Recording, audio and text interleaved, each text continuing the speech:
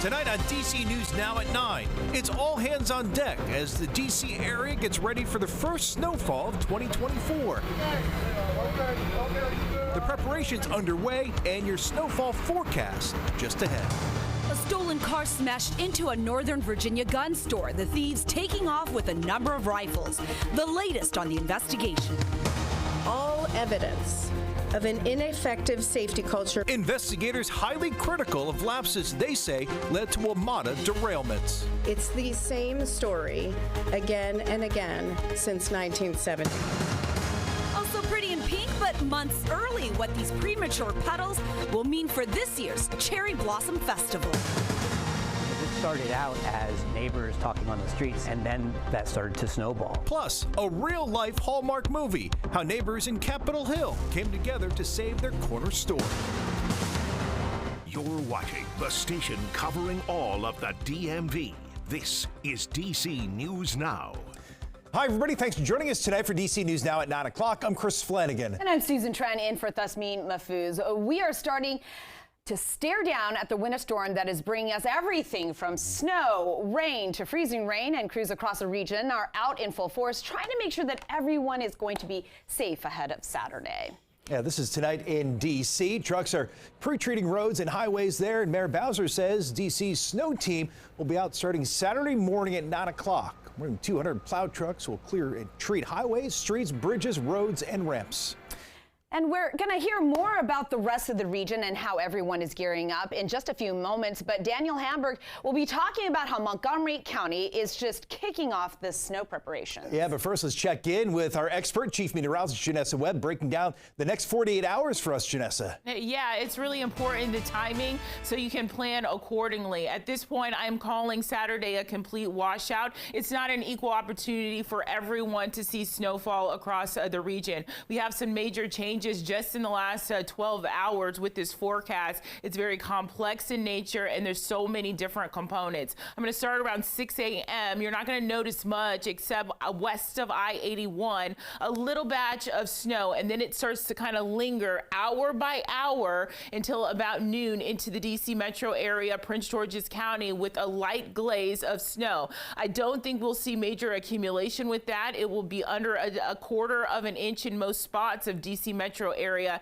and Prince George's County before transitioning into rain. And that rain is going to be mixing in with freezing rain from 12 to about 6 p.m. with snowfall still impacting Western Maryland. This is a big event for Western Maryland from Hagerstown, Martinsburg, all the way into Kaiser, into Cumberland, where we're talking about potential accumulation up to 6 inches. From 6 p.m. through the rest of your evening on Saturday, we're going to watch the flooding potential across areas of D.C. So even though this forecast has changed for the metro area, you still have a high impact weather situation with the flooding along with freezing rain across the corridor of I-95. You only need a little bit of ice to cause problems. From midnight into the start of your Sunday, that storm system will pull out, and it's going to allow the winds to continue to kind of flow across our region. So power outages, yes, they are on the table with this forecast, just because with that ice, it allows kind of that heavy nature for those power lines.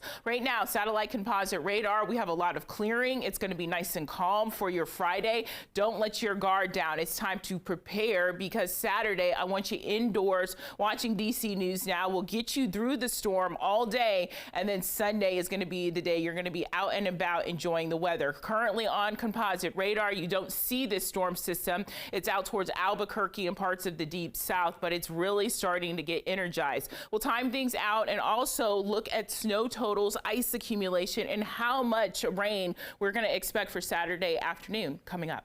All right, nothing scarier than some freezing rain and frozen roads.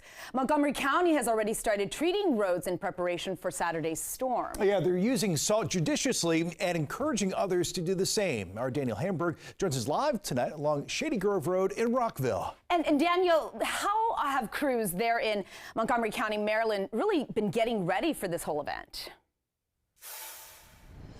Susan and Chris, they are starting to pre-treat these roadways here, most of the primary roads you see, because they have 5,200 miles worth of roads, as well as 200 plow routes. So they are making sure that none of that snow or even rain freezes on the ground.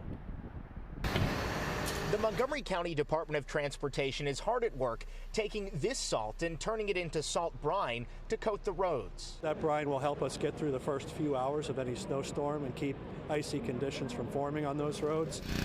Montgomery County Department of Transportation Director Chris Conklin says 40% of main roads have already been salt brine. The rest will be done tomorrow, so they should all be passable through the storm.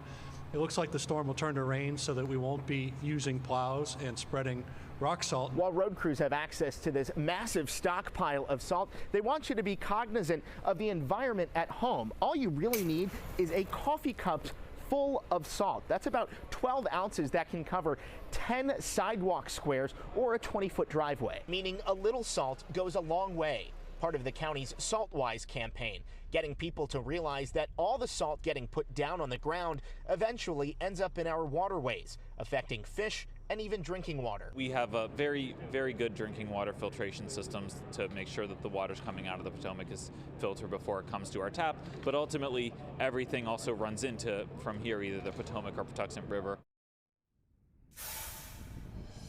So county officials will be monitoring the forecast. They say, again, they're not expecting anything more than what they're already putting down on the ground. But should the forecast change, they can be ready at a moment's notice to put more of that rock salt on the ground. We're live in Rockville. Daniel Hamburg, DC News Now. All right, Daniel, thanks. They're going to be busy. And in Virginia, they're busy there today as well. This was today in Fredericksburg. Take a look.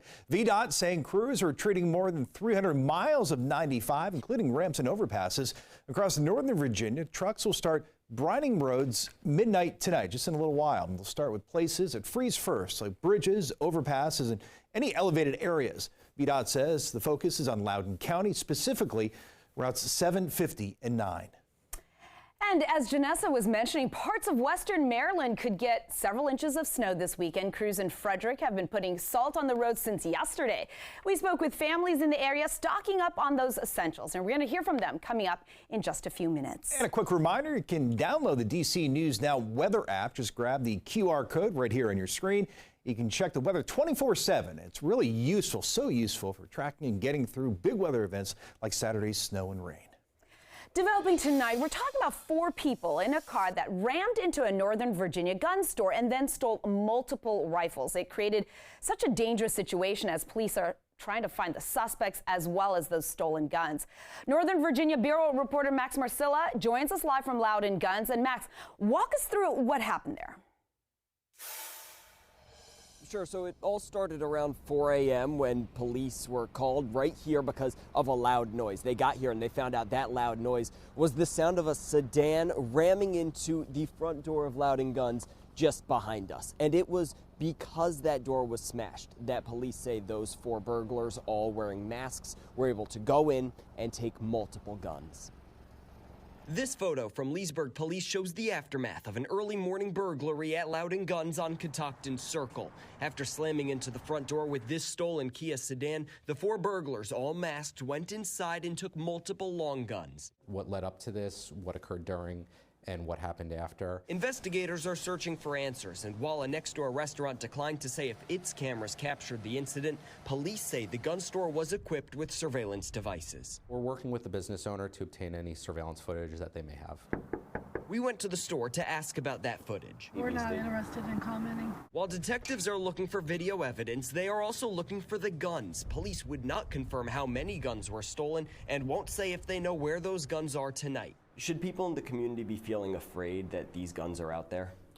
Again, with any burglary of a firearms store, there is an inherent danger, right? We want the community to rest assured that we are tirelessly out there looking for these suspects, looking for these firearms, trying to get them recovered. Gun store security is under a spotlight now.